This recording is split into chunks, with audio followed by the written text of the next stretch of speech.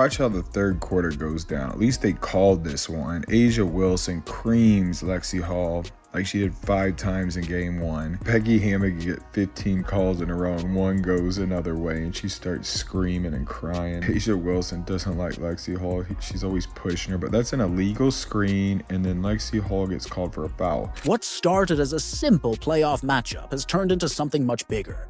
The games have been intense, but it's the story behind the scoreboard that has fans everywhere talking.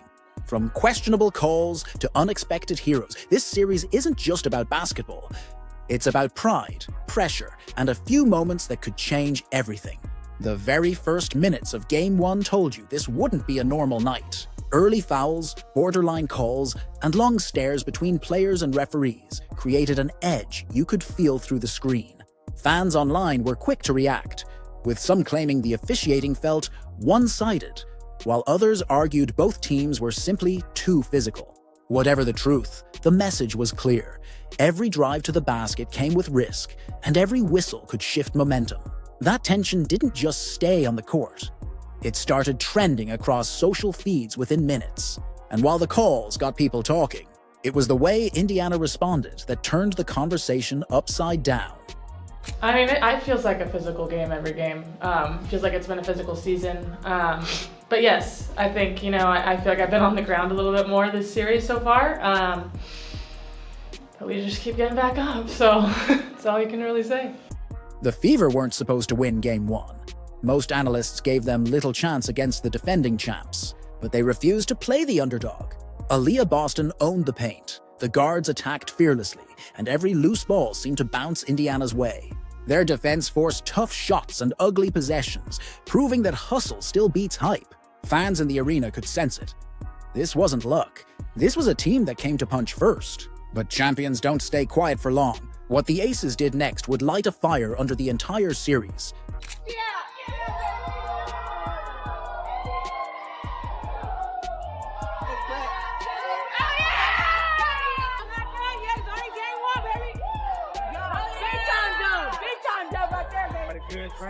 Take that! Hell yeah! Hell yeah! That's one! That's one! That's one! That ain't song and dance to me, man. I'm just grateful, man. I love basketball. I love playing with my team, so let's take what we can get. Asia Wilson, look at that foul they called for. Yeah, saved her. That's some bullcrap. I love Aaliyah Boston. Great job today playing defense. Look at that. Another foul. Bailed out by the refs. I get pissed off. This is the worst one. They call this a jump ball. How is that a jump ball? Nobody even had possession. Aaliyah Boston, that's anything is over the back. Not a jump ball. Game 2 was less about pretty plays and more about raw emotion. Las Vegas came out swinging, literally and figuratively. Hard screens rattled defenders, drives to the rim came with extra contact, and the crowd fed off every collision. The Fever tried to match the intensity, but the Aces looked like a team that had been challenged and wasn't about to back down. Rumors online suggested the coaching staff told players to test the refs early.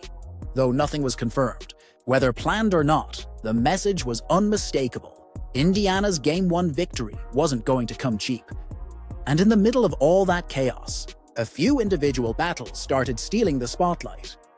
Lexie Hull became the unexpected heartbeat of Indiana. After a scary fall left her grimacing in pain, most assumed she'd be done for the night. Instead, she came back swinging, diving for rebounds and hitting clutch shots. Her grit fired up teammates and drew admiration from fans across social media. Meanwhile, Kelsey Mitchell faced a different challenge, finding her rhythm. Shots that usually fall weren't dropping, and you could see the frustration.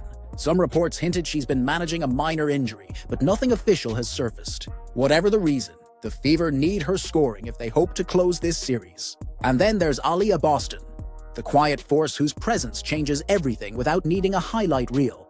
From boxing out to perfectly timed rotations, she controls the floor in ways box scores can't capture. Odyssey Sims 2 deserves credit for bringing veteran calm when the pace gets frantic. But great players can only do so much without smart adjustments behind the scenes.